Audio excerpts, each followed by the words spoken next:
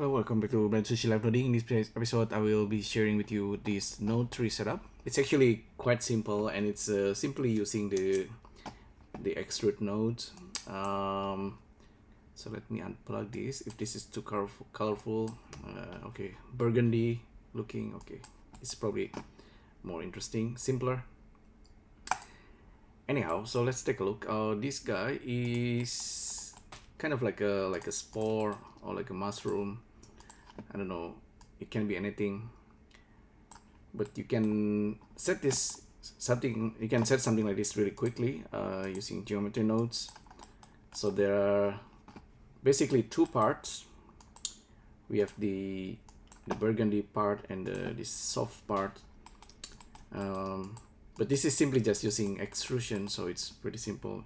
If you hold Control Options and cut there, we can see this is the soft part, and this is the other part. Okay, now you can already tell how I created this. Yeah, I started with a mesh line with random value positions.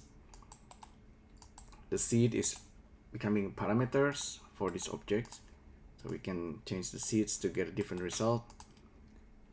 And then so we have random positions, and then we turn the mesh into points.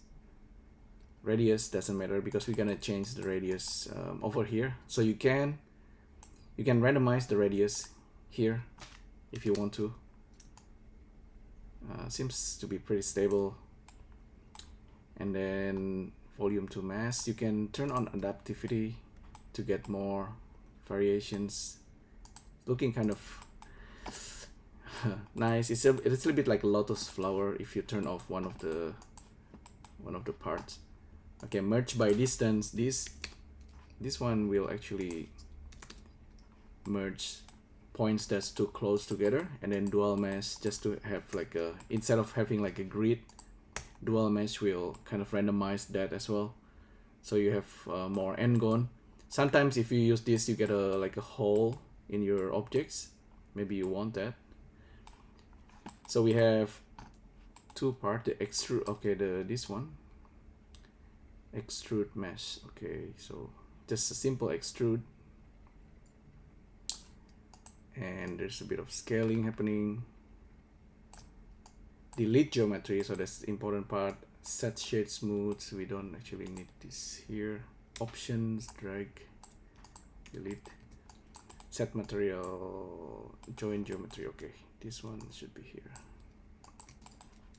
The other one is using split edges. So after you use dual mesh, you split edges and scale the elements. It's actually separating the part. So let me hide this. Without this solidify and subdivisions, we actually only have like this, just like a basic extrusions. Without extrusion, we only have like the islands. So separating mesh islands is also another way to do this. Instead of using split edges will just split all the polygon face. So it's like it's just like polygon boom in SphereChop. So now if we turn this back, okay, we have this result.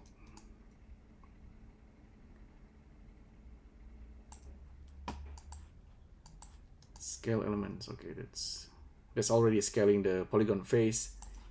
You can always do another extrusion here. So we offset it and extrude. We can always scale elements, and then another extrusions.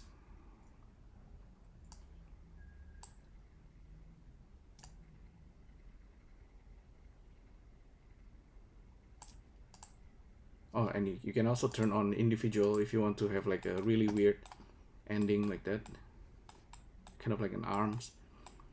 So yeah, from this example, in the future I actually want to make like a, I think you can use this setup to create like caterpillar